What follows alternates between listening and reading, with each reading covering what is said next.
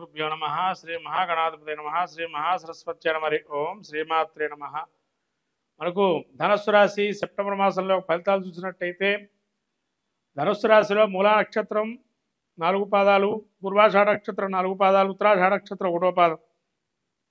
ఈ గ్రహస్థితి చూసినట్టయితే వీరికి శని వక్రగతి, ద్వితీయ స్థానం వీక్షణ, అట్లానే చతుర్థమందు రాహువు, షష్టమందు గురుడు, సప్తమందు కుజుడు, అష్టమందు బుధుడు 6వ తారీఖు వరకు, తర్వాత భాగ్యస్థాన సంచారము రవి 10వ స్థాన సంచారం 17వ తారీఖు నుంచి, దానికి పూర్వము 9వ స్థాన సంచారము, 8వ స్థాన సంచారం రవి, అట్లనే శుక్రకేతువులు 10వ స్థాన సంచారము. ఈ విధమైన సంచారాన్ని చూసినట్టయితే గ్రహ సంచారాన్ని ధనుస్సు రాశి వారికి కొంత అనారోగ్యం అనేది వచ్చే అవకాశం ఉంది. జాగ్రత్తగా చూసుకోవడం మంచిది. అనారోగ్యం రాకుండా ఎప్పటికప్పుడు తగు చర్యలు చేసుకోవడం మంచిది. అట్లాగే ఈ యొక్క శని వక్రదృష్టి ద్వితీయ స్థానంలో ఉండడం వల్ల మిమ్మల్ని నమ్మి కొంత ధనం ఎవరికైనా అప్పచెప్తే దాన్ని నమ్మకద్రోహం చేసి కొంతవరకు దాన్ని వాడు ఖర్చు పెట్టుకొని ఖర్చు అయిందని చూపించి మీకు చూపిస్తారు. మీరు నమ్మేయటం వల్ల తర్వాత కానీ తెలుసుకోరు వాళ్ళు వాడుకున్నారని చెప్పి. అట్లాగా కొంత నమ్మకద్రోహం అయ్యే అవకాశం ఉంటుంది. ధనానికి సంబంధించి కొంత ఇబ్బందులు పడే అవకాశం ఉంటుంది. అట్లాగే నేము ఫేమ్ సంపాదించినట్టు వారు ఎవరైతే ఉంటారో వారికి కొంతవరకు ఇబ్బందులు కలిగే అవకాశం ఉంటుంది. ఈ చతుర్థ స్థానం ముందు రాహు సంచారం వల్ల యంత్ర సంబంధమైనటువంటి కొన్ని ప్రయాణాలు చేశారు, వాటి వల్ల గాయాలు జరిగే అవకాశం ఉంటుంది. జాగ్రత్తగా ఉండడం మంచిది. దుష్టులకు దూరంగా ఉండడం మంచిది. బురదలో రాయేస్తే మీద చల్లుతున్నట్టుగా దుష్టులు మీ మీద విధంగా చాలా రకాలుగా బయట ప్రచారం చేస్తూ ఉంటారు. శారీరక శ్రమ ఎక్కువగా ఉంటుంది. అట్లానే కార్య వైఫల్యము, ఏది మొదలుపెట్టినా ఎవరో ఎక్కడో ఒక వైఫల్యం కార్యాలు జరుగుతూ ఉంటాయి. సంతానంలో కూడా ఒక ఇబ్బందులు ఉంటాయి. పైత్య సంబంధమైనటువంటి రోగాలు వచ్చే అవకాశం ఉంటుంది. కాబట్టి జాగ్రత్తగా ఇటువంటి రాకుండా చూసుకోవటం అనేది మంచిది. అట్లానే ఈ యొక్క గురుడు 6వ స్థాన సంచారం వల్ల ఉద్యోగంలో మార్పిడి, అట్లానే అనూహ్యమైన పరిణామాల వల్ల కొంత విచిత్రమైనటువంటి ధోరణి ఏర్పడే అవకాశం ఉంటుంది. కాబట్టి కొంత జాగ్రత్తగా ఉండడం మంచిది. అగ్ని బాధలు, చోర భయాలు ఎక్కువగా ఉంటాయి. అట్లాగే బంధుమిత్రుల వల్ల కొన్ని ఇబ్బందులు కలిగే అవకాశం ఉంటుంది. కాబట్టి బంధుమిత్రాదుల వల్ల చాలా జాగ్రత్తగా ఉండండి. వాళ్ళు ఏది చెప్పినా ప్రతిదీ మీరు మంచి కోరే చెప్తున్నారు, మంచి కోరే వింటున్నారు అనుకోవడం మంచిది కాదు. బ్లైండ్గా మీ వరకు మీరు మంచి అనుకుంటే చాలు. అవతలవాడు ఏమనుకున్నా ఎక్స్ప్లెనేషన్ ఇవ్వక్కర్లేదు. మీరు దాని గురించి ఇది చేస్తే ఇది ఇట్లా ఉంటుందని వాళ్ళు తెలుసుకుంటారు నిదానంగా అయినా. కానీ మీరు దాన్ని ప్రెజర్గా పెట్టి వాళ్ళకి చెప్పడం అనేది అంత మంచిదైతే కాదు. అట్లాగే ఈ యొక్క గురుడు కూడా ఈ విధంగా ఉన్నాడు. అట్లాగే మనకు కుజుడు 8వ స్థాన సంచారం వల్ల శ్వాసకోశ సంబంధమైన వ్యాధులు, అంటే రెస్పిరేటరీ ఊపిరి తీసుకోవటంలో ఒక ఇబ్బందులు వస్తే భుజాలకు సంబంధించి ఇబ్బందులు కలుగుతాయి. రుణ బాధలు కూడా కొద్దిగా పెరుగుతాయి. అట్లానే వృధాగా తిరగటము, ఒక ప్రయాణం చేసి ఒక కార్యం కోసం వెళ్తారనుకోండి, ఆ కార్యం జాకుండా మళ్ళీ రాండి అని చెప్పి వాళ్ళు పంపించడం, ఇలా వృధా సంచారం అనేది కొంత ఉంది. అలాగే ప్రతికూల వాతావరణం, ఎక్కడికి వెళ్ళినా మిమ్మల్ని అఘోరపరచటము, అంటే మీరు చెప్పారు కదా మీకు దగ్గర ఉండే మీ పక్కన మీ ప్రచారం బయట అంతా చేస్తుంటారు, మీరు అటువంటి వాళ్ళు ఇటువంటి వాళ్ళు అని చెప్పి. కాబట్టి కొద్దిగా ప్రచారం చేసేది అగౌరవంగా పరిచే అవకాశం ఉంటుంది. కాబట్టి జాగ్రత్తగా ఉండడం మంచిది. ప్రతి విషయాన్ని కూడా మీ మనసులోనే పెట్టుకోండి. అవకాశం ఉంటేనే బయటకు దాన్ని చెప్పండి, అంతే తప్ప ప్రతి విషయాన్ని బయట పారదర్శకత పెట్టడం వల్ల కొంత ఇబ్బందులు ఎదుర్కొనే అవకాశం ఉంటుంది. అట్లాగే కార్య విగ్రహము, వస్తునాశనము, బలహీనతలతో ఆడుకుంటారు. మీ బలహీనత ఎవరికి చెప్పకండి, అది చాలా జాగ్రత్తగా ఉండాలి. ఎందుకంటే మనిషి బలహీనతలను చెప్పినట్లయితే వెంటనే వాటి గురించి తెలుసుకొని వాటి మీద కొట్టే అవకాశం ఉంటుంది. కాబట్టి జాగ్రత్తగా ఉండడం మంచిది. స్త్రీ అంటే ఒక స్త్రీ వల్ల ఇబ్బందులు కలిగే అవకాశం ఉంటుంది. కాబట్టి దాన్ని కూడా జాగ్రత్తగా తీసుకోవడం మంచిది. కొంత భయాందోళన ఏర్పడే మనసులో ఒక భయం అనేటువంటిది ఏర్పడుతుంది. కొంతవరకు ఆ భయాన్ని ఒక నెల పాటు ఉంటుందండి, మళ్ళీ తర్వాత అంతా నార్మల్కి వచ్చేస్తుంది. ఇక్కడ భీతి అనేది కలుగుతుంది, శత్రు భీతి. మీరు చేసేటువంటి జాబ్ ఏదైతే, అంటే జాబ్లో ఉండేటువంటి వారు కానీ వ్యాపార రంగంలో ఉండేటువంటి వారికి కానీ కొంత అవరోధాలు ఏర్పడతాయి. ప్రభుత్వ రంగం ద్వారా కానీ ప్రైవేట్ రంగంలో ఉండేటువంటి వారికి కానీ కొంత అవరోధాలు ఏర్పడి వాటికి స్తబ్దుగా జీవనం చేయడం అవకాశం ఉంటుంది. కాబట్టి జాగ్రత్తగా ఉండడం అనేది మంచిది వ్యాపార రంగంలో ఉండేటువంటి వారికి. అట్లాగే ఈ యొక్క శని మనకు చూసాము. ఇక కేతువు చూస్తే అక్కడే 10వ స్థానంలో సంచారంలో ఉన్నాడు కాబట్టి వ్యాపారంలో కానీ ఉద్యోగస్తులు కానీ మారేవారు ఎవరైతే ఉన్నారో మారొచ్చును. ఉద్యోగం మారే అవకాశం ఉంటుంది కాబట్టి ఆ ఉద్యోగాలు మారే అవకాశం ఉంది. రాను రాను ఒక నెల ఆగండి, తర్వాత మారండి ఉద్యోగాన్ని.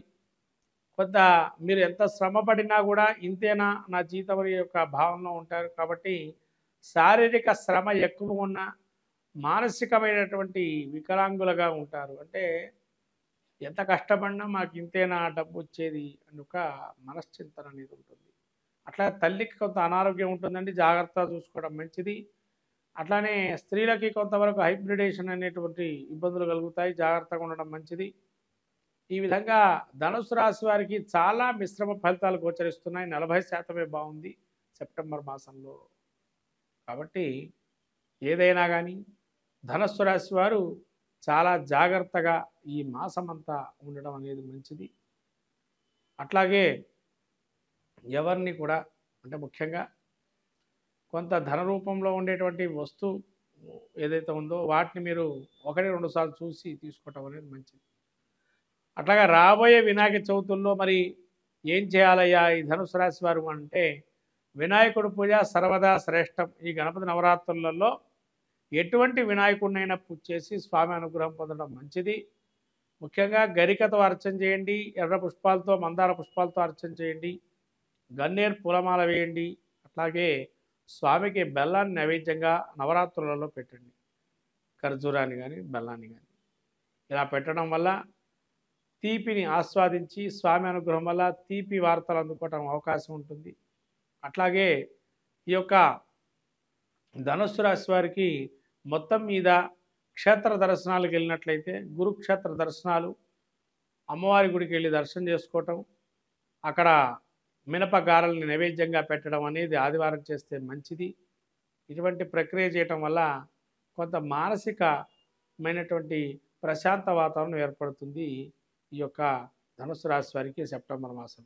అందరికీ నమస్కారం. రాబోయే వినాయక చవితి, ఈ యొక్క వినాయక చవితుల్లో అందరికీ తెలిసినట్టు అంశం ఏంటంటే వినాయకుడు పృథ్వీతత్వము. అంటే సృష్టిలో మొదలుకొని పృథ్వీతత్వం అంటే మనకు భూమి నుంచి ఉద్భవించినటువంటిది. భూమి అంటే ఎటువంటిది కూడా ఆకారం లేకుండా అమ్మ సృష్టి వల్ల పుట్టినటువంటి వారు వినాయకుడు. కాబట్టి ఈ వినాయక నవరాత్రులలో ఎవరైనా కూడా వినాయకుడు అర్చన తర్పణ ప్రియ అన్నారు. అంటే ఒక్కరికి ఒక్కటి ఇష్టం ఉంటుందండి ప్రతి ఒక్కరికి కూడా. అట్లాగే ఈ భాద్రపద మాసంలో వచ్చేటువంటి వినాయక చవితిలో చాలా అద్భుతమైనటువంటి నవరాత్రులు. ఏది మొదలుపెట్టినా తలపెట్టిన కార్యం జయం సాగించేటువంటిది వినాయకుడు కాబట్టి సర్వ విఘ్న హరం దేవం సర్వ విఘ్న వివర్జితం సర్వ సిద్ధి ప్రదాతారం వందేహం గణనాయకం అన్నారు మనకు శ్లోకం చెబుతుంది.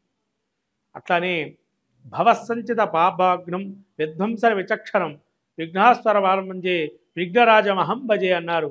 భవిష్యత్తు వర్తమానాన్ని అన్నీ తెలిపేది విఘ్ననాయకుడే. పురాణాలు ఇతిహాసాలు రాసింది మహాభారతాన్ని కూడా వినాయకుడి స్వరూపంలో వ్యాసుల వారు అక్కడ మానాలో మనకి ఆ గుహలో కూర్చోబెట్టి వినాయకుడితో అన్ని కూడా పురాణాలు మహాభారతాన్ని రాయించారు. అంతటి ఆ యొక్క గణపతి యొక్క నవరాత్రులలో అంతటి విధ్వాసార విచక్షణం ఎటువంటి విఘ్నాలైనా అన్నీ ధ్వంసించగల శక్తి సామర్థ్యం ఉన్నవాడు వినాయకుడు ఒక్కడే. భవసంచిత పాపాగ్నం అంటే భవిష్యత్తులో కానీ సంచిత వర్తమానంలో కానీ భూతం అంటే పోయినటువంటి కాలంలో ఉన్నటువంటి దోషాలు ఏవైతే మనం తెలుసో తెలియకో చేస్తున్నామో దాన్ని అంతటా పటాపంచలు చేసి మళ్ళీ మనకు మంచి అపూర్వమైనటువంటి ఫలితాన్ని ఇచ్చేది ఈ వినాయకుడి యొక్క అనుగ్రహమే. అందుకనే స్వామివారికి వరసిద్ధి వినాయకుడని సిద్ధి బుద్ధి సమేత వరసిద్ధి వినాయకుడని కూడా పేరుగాంచాడు ఇక్కడ. అంటే ఇక్కడ ఏమండి వారు మరి వివాహం జరిగిందా, మనకు వివాహం జరగలేదు కదా అని అనుకుంటాం. వినాయకుడికి వివాహం జరిగిందా లేదా అనేది పక్కన పెట్టండి, మనకు అనవసరమైన చర్చ కాదు. ఇక్కడ ఏంటి అవసరమైన చర్చ ఏంటంటే వినాయకుడు అనుగ్రహం కలిగితే మనకేం కలుగుతుంది అంటే సిద్ధి బుద్ధి. అమ్మవార్లు ఎవరంటే ఆయన ఒకరోజు వినాయకుడట పార్వతీ పరమేశ్వరుడు చెప్పాట, విఘ్నాధిపత్యం నాకు ఇచ్చారు కదండి నాన్న, నేను వెళ్ళి తపస్సు చేసుకుంటాను అన్నట్ట పరమేశ్వరుడితో వినాయకుడు. సరే అని చెప్పి పంపించేశారు. వినాయకుడు తపస్సు చేసుకుంటూ వెళ్ళాడు. ఎప్పుడైతే వెళ్ళాడో వినాయకుడు ఫస్ట్ దేన్ని చేపట్టాడు అంటే బుద్ధి కుశలత ఎక్కడ చేపట్టాడంటే, ఎక్కడైతే పార్వతీ పరమేశ్వరులకు ప్రదక్షిణం చేశాడో అక్కడ బుద్ధిని చేపట్టాడు. అంటే బుద్ధి ఉంటే ఏం కలుగుతుంది మనకి? మంచి ఆలోచన శక్తి వల్ల ఏదైనా సాధించగలుగుతాము అనేది ఫస్ట్ వినాయకుడు మనకు అక్కడ చూపించాడు. అదే బుద్ధిదేవి అని. బుద్ధి మళ్ళీ సిద్ధి. మనం ఆలోచన చేశాము, తగిన కార్యం నెరవేరింది, వెంటనే మనం కోరుకుంటాం కదా, ఏమండి పలానా కార్యం జరగాలని స్వామిని కోరుతున్నానని. సిద్ధి పొందటానికి ఏం చేయాలా? ఆయన్ని ప్రత్యక్షం చేసుకోవాలి. అంటే కార్యం అయిపోయింది అని అంటే ఏమైనా సిద్ధించినట్టే కదా, అది సిద్ధిదేవి. కాబట్టి సిద్ధి బుద్ధి సమేత వరసిద్ధి వినాయకుడుగా ఈ నవరాత్రులలో ఏదైతే జరుగుతున్న నవరాత్రులలో ఈ యొక్క స్వామికి జరిగినటువంటి నవరాత్రులలో ఎంత శక్తి అయితే అంత శక్తి మేరకు మనం పూజ చేసుకున్నట్లయితే, అర్చన చేసిన దానం ధర్మం నైవేద్యం ఏదైనా కూడా స్వామి అనుగ్రహం కలిగి అన్ని కార్యాలు సిద్ధిస్తాయి. ఎందుకంటే ద్వాదశి రాశి ఫలితాల్లో కూడా ఈ వినాయక చవితి గురించి మనం చెప్పుకోదగిన సూచన ఉంది. కాబట్టి ద్వాదశ రాశి ఫలితాల్లో వినాయకుడి యొక్క అనుగ్రహాన్ని కూడా పొంది అందరూ ఈ యొక్క సర్వజన మానవాళి కోటికి సర్వసిద్ధిలు పొందించేటువంటిది, సర్వ కార్యాలు నెరవేర్చేటువంటిది, సర్వ విఘ్నాలు హరింపజేసేటువంటిది, సర్వ కార్యాలు శుభకార్యాలు పరంపరగా ఉండేటువంటిది. దాని ద్వారా మనకేమొస్తుంది అంటే వృద్ధి ఇంకా మనకు సిద్ధి. వృద్ధిదేవి కూతుర్లట. అంటే వినాయకుడు ఎప్పుడైతే సిద్ధి బుద్ధిని పొందాడో మనకేమొస్తున్నాయి దానివల్ల అంటే వృద్ధి అంటే గ్రోత్ రేట్ పెరగటం. వెంటనే పెరుగుతాయి కదా మనకు ఏదో విధంగా, అది గ్రోత్ రేట్, అది వృద్ధి అంటారు. అంటే కూతుర్లు అని చెప్పంటారు. వృద్ధి. ఇంకొకటేమో రిద్ధి అంటే ఏంటంటే సకల కార్యములందు కూడా అరిష్టాలు తొలగింపజేసేది రిద్ధి వృద్ధి. అందుకనే మీరు సంతోషి మాత గురించి తెలుసుకున్నట్లయితే ఇవన్నీ కూడా అందులో ఉంటాయి. శుభము లాభము కొడుకులు అని చెప్పంటారు. కాబట్టి ఇవన్నీ కూడా వినాయకుడి యొక్క అనుగ్రహం వల్ల సకల కార్యాలు అందరికీ నెరవేరుతాయి. కాబట్టి ఈ వినాయక చవితికి అందరూ కూడా ఓం గం గణపతే నమః అనే మంత్రాన్ని పఠిస్తూ ఈ వినాయకుడి యొక్క అనుగ్రహాన్ని పొందొచ్చు. ఇది చాలండి. గకార గణపతి వినాయకుడిని చేస్తే ఆయన గకార గణపతి అంటారు. ఈ గకార గణపతి ఎంత జపం చేస్తే స్వామి శీఘ్రంగా నీకు ఎటువంటి కార్యాన్ని సిద్ధిస్తాడు. కాబట్టి ఈ యొక్క గం గణపతే నమః ఏదైతే మంత్రం ఉందో ఈ వినాయక చవితిలో ఎంతవరకు అంటే అంతవరకు జపం చేసుకోవటం వల్ల మంచి సాధిస్తారు. స్వామి అనుగ్రహం కలుగుతుంది. మంగళం మహత్ శుభం భూయా.